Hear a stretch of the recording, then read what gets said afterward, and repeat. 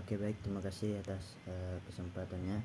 Perkenalkan, nama saya Muh Firman Salam dengan NIM 10 100 123058. Ingin menyanyikan beberapa dari presentasi dan pertanyaan-pertanyaan dari kelompok 7. Adapun pertanyaan pertama, apa batasan atau kriteria yang dapat digunakan untuk menentukan bahwa seorang presiden telah melanggar norma-norma tersebut sehingga dapat dijadikan alasan impeachment. Menurut Undang-Undang Dasar 1945 maupun Undang-Undang MK tidak memberikan batasan yang rinci mengenai pembubaran perbuatan tercela. Oleh karena itu, penilaiannya harus dilakukan secara objektif melalui proses pembuktian di MK, bukan berdasarkan penilaian subjektif. Perbuatan tersebut harus merupakan tindakan yang secara nyata bertentangan dengan norma hukum. Oke, baik, pertanyaan kedua, mengapa Undang-Undang 1945 membatasi alasan impeachment hanya pada pelanggaran yang diatur dalam konstitusi, bukan karena presiden dinilai gagal menjalankan program atau janji politiknya. Karena Indonesia menganut sistem pemerintahan presidensial, sehingga presiden memiliki masa jabatan yang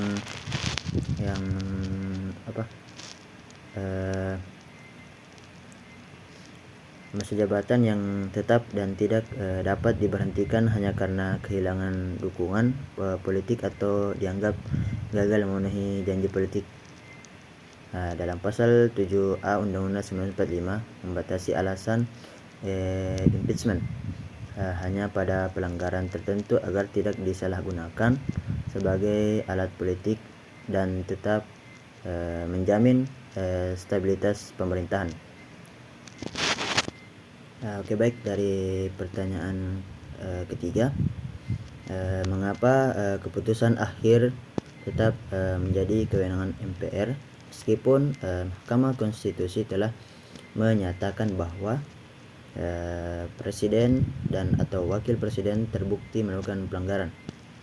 Karena Mahkamah Konstitusi hanya berwenang meriksa dan memutus apakah pendapat DPR terbukti secara hukum, sedangkan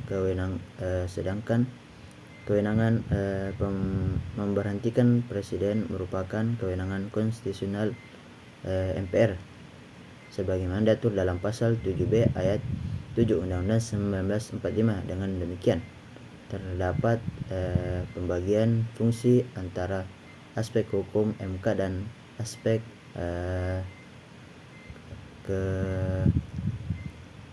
ketatanegaraan MPR. Oke, dari pertanyaan yang keempat, apa perbedaan mekanisme pemberhentian presiden sebelum dan sesudah dibentuknya Mahkamah Konstitusi? Sebelum Mahkamah Konstitusi dibentuk, pemberhentian presiden telah didominasi oleh keputusan politik MPR tanpa adanya mekanisme pengujian oleh lembaga peradilan konstitusi. Karena sebelum amandemen belum adanya impeachment. Setelah amandemen Undang-Undang 1945, proses impeachment harus melalui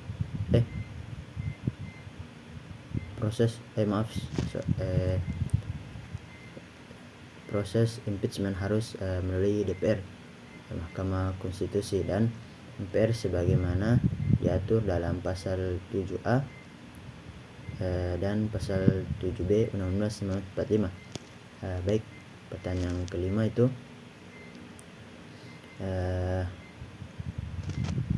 apakah sejak Mahkamah Konstitusi dibentuk pada tahun 2003 belum pernah ada proses pemberhentian presiden melalui mekanisme impeachment. Apakah hal ini tersebut menunjukkan bahwa sistem ketatanegaraan Indonesia sudah berjalan dengan baik, atau justru karena mekanisme impeachment dirancang terlalu ketat sehingga sulit diterapkan? Mungkin memang sistem impeachment Indonesia itu sudah ketat karena menunjukkan bahwa sistem sudah sempurna ataupun terlalu kuat. Hal tersebut dapat disebabkan oleh beberapa faktor, meskipun belum adanya pelanggaran yang memenuhi alasan pasal 7A Undang-Undang 1945. Pertanyaan yang terakhir itu Oke, baik, dari materi terakhir yaitu pertanyaan ke-6, apakah ketidakpuasan publik atau penilaian bahwa kepemimpinan presiden buruk dapat dijadikan dasar impeachment menurut Undang-Undang 1945? Baik, dari pertanyaan nomor 6,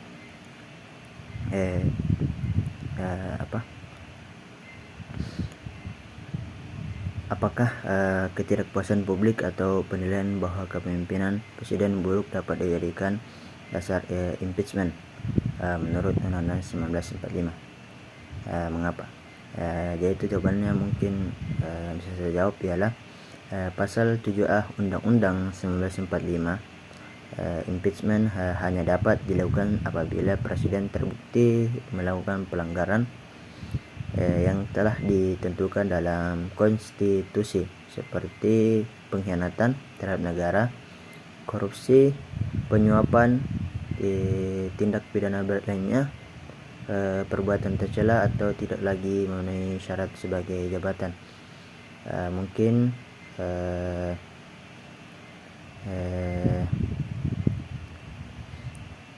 ketidakpuasan atau terhadap publik atas kinerja kepemimpinan presiden buruk mungkin bukan dasar sebagai salah satu impeachment. Mungkin itu saja yang bisa saya sampaikan pada pembahasan dari pertanyaan dari materi kelompok 7. Kurang lebihnya mohon dimaafkan. Assalamualaikum warahmatullahi wabarakatuh.